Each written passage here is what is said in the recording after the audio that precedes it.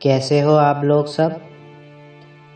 आज बेसिक सी नॉलेज और इन्फॉर्मेशन आपके साथ मैं शेयर करना चाहता हूँ। काउंसलिंग के दौरान ये चीज़ ज़रूर पता चली है मेरे को कि जिनके पास गुरु नहीं है उनको सही तरह का नॉलेज नहीं है। अगर हम किसी देवी या देवता की उपासना कर रहे हैं या उनकी कोई पूजा पाठ कर रहे हैं तो हमें क्या चीज़ें रोज़ करनी चाहिए या ऐसा कौन सी चीज़ें करने से हमारे जो देवी देवता है उनकी कृपा ज़्यादा मिलेगी, वह हमसे प्रसन्न रहेंगे। तो ये सारी चीज़ें उनको नहीं पता है क्योंकि उनके पास कोई गुरु नहीं है या उनको किसी ने गाइड नहीं किया है। कोई बात नहीं, अगर जो भी लोग मंत्र जाप करते हैं या कोई भी देवी देवता की पर्टिकुलर देवी देवता की कोई भी आप आराधना करते हैं या मंत्रों का जाप करते हैं या उनकी पूजा पाठ बहुत दिल से करते हो या आप बहुत ही उनको बहुत दिल से आप याद करते हो और चाहते हो, तो आप ये ज़रूर करिए और ये रोज़ आपको अपनी पूजा के समय फॉलो करना चाहिए।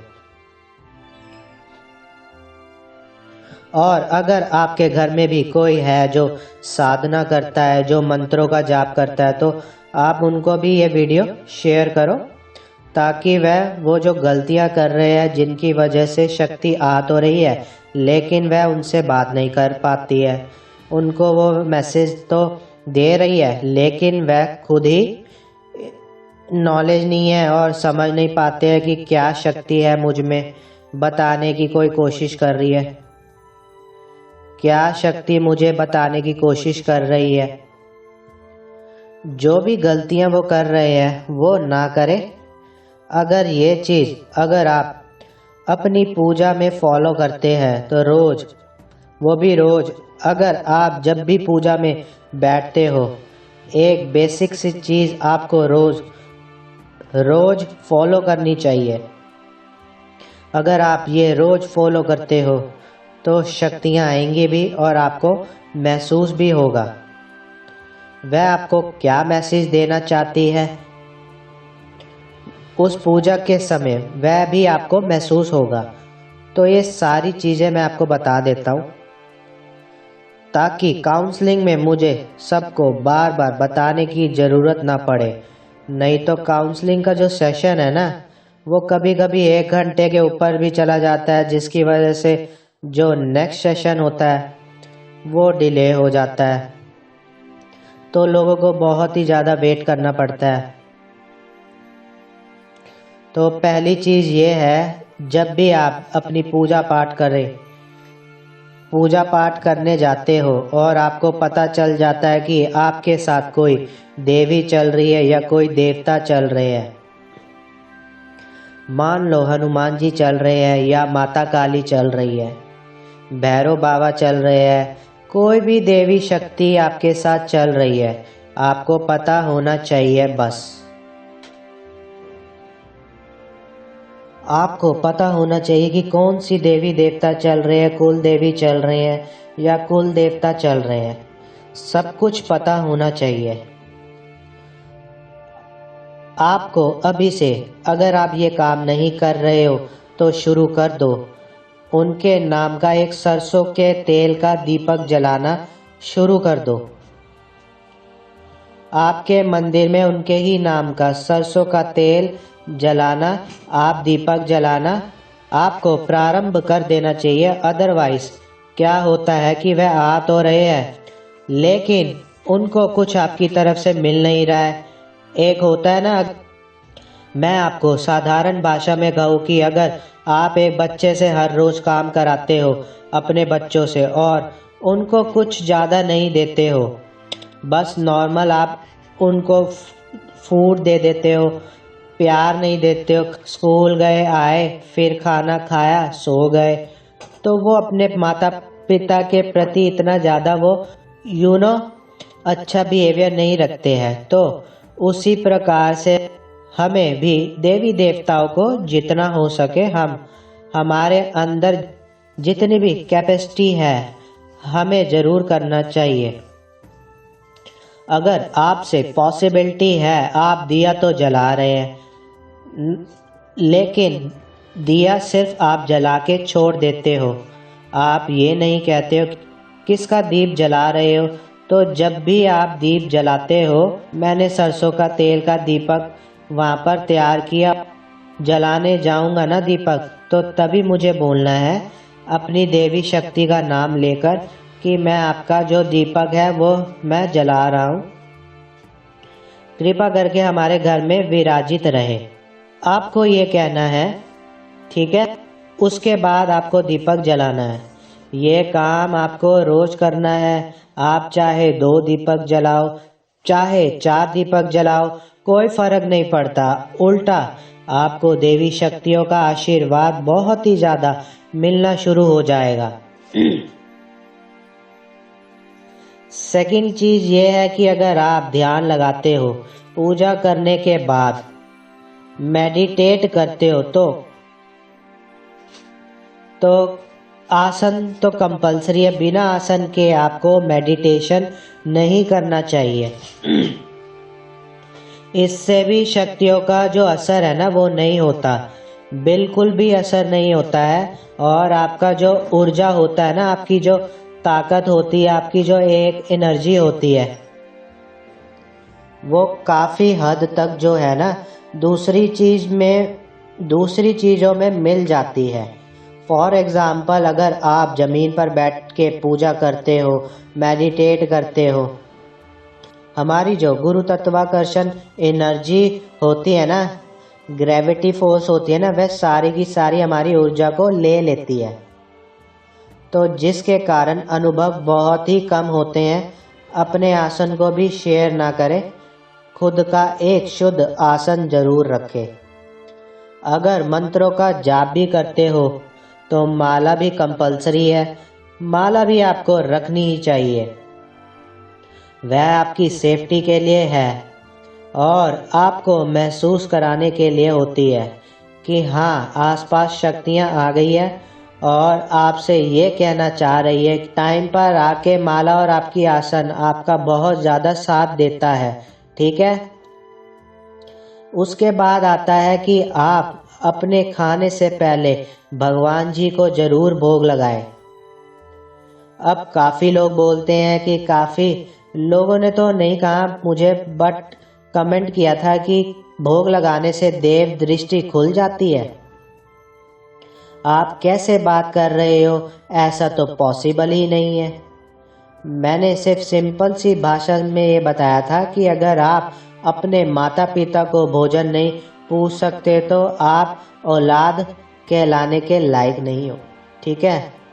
तो ये हमारी सामाजिक भाषा में एक कह रहा हूँ कि सोसाइटी लेवल में लेकर जो अगर वही देवी देवता हमारे माता पिता होते, जैसे हमें बचपन से सिखाया गया है, तो क्या हम उन्हें खाना नहीं पूछ सकते?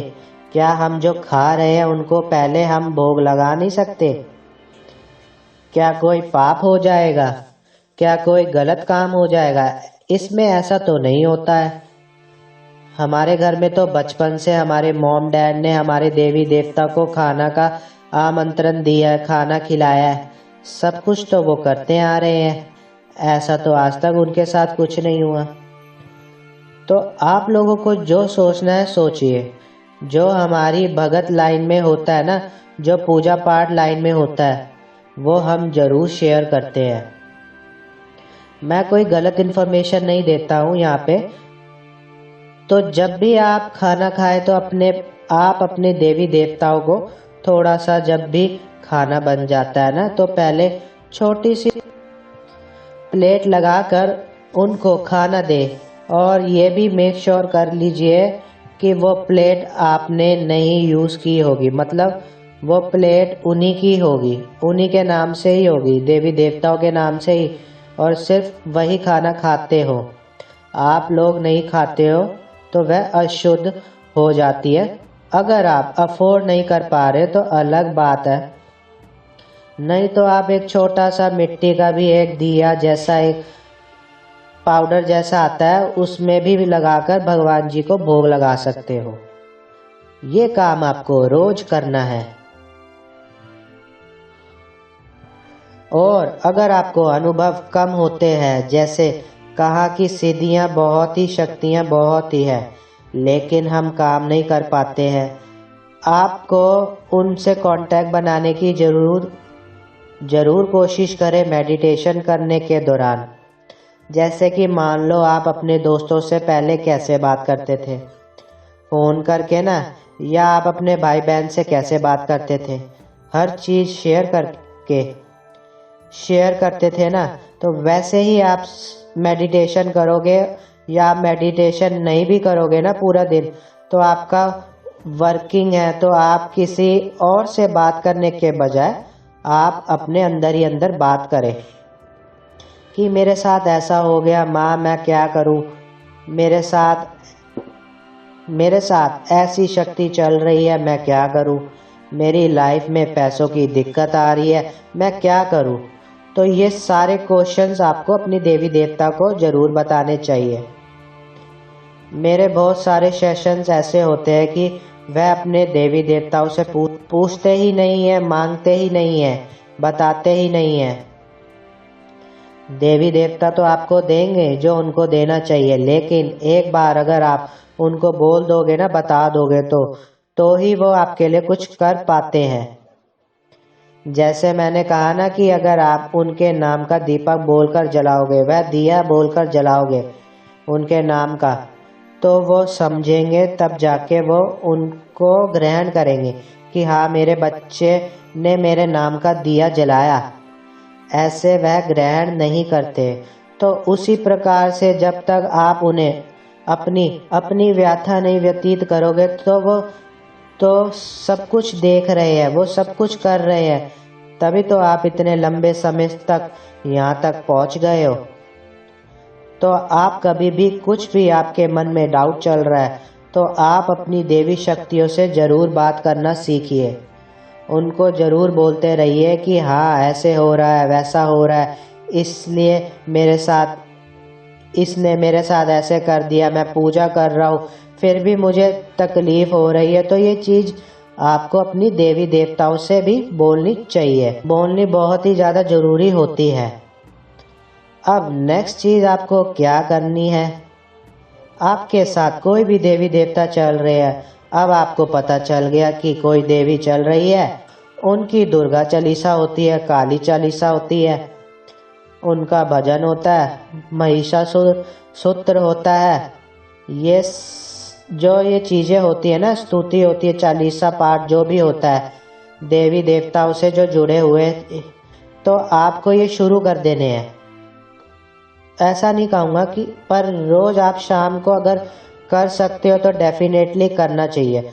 अगर नहीं कर पा रहे हो और आप अगर गृहस्थ जीवन में हो तो पॉसिबिलिटी बहुत कम है, बहुत कम हो जाती है। तो आपको जब भी टाइम मिले पूरे दिन में, आप जरूर एक बार उनका सूत्र या उनकी चालीसा या उनका पाठ का जरूर स्मरण करें, बैठ कर ही करें।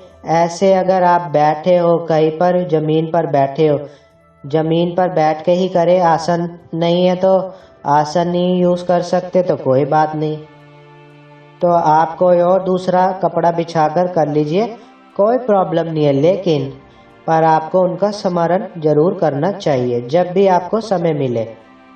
उनके भजन भी सुन सकते हो आप। जब आपको पता चल जाता है कि मेरे रोंगटे खड़े होने शुरू हो गए हैं, मुझे सपने में कोई चीज़ दिखाई देती है जो बहुत ही अच्छी है, पॉजिटिविटी है, नेगेटिविटी की बात नहीं कर रहा मैं,